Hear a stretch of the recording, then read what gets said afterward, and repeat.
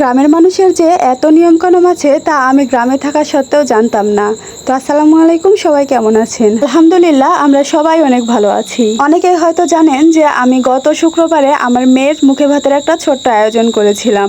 সেখানে যতটুকু পারছি ততটুকু মানুষকে খাওয়াইছি।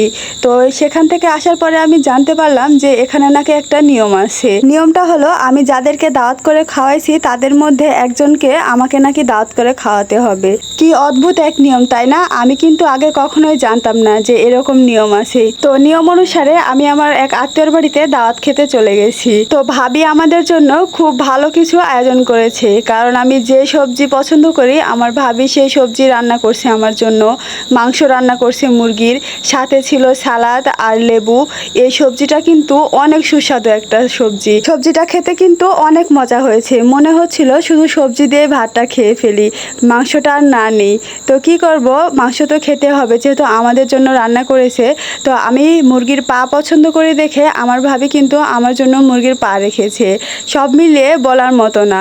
আর আমার মেয়ের জন্য কিন্তু সুন্দর করে পায়েস রান্না করেছে। ছোট বাচ্চা, আমরা খাবো আর আমার মেয়ে খাবে না তা কখনো হয়? তো সব মিলে আমার খুব ভালো লেগেছে।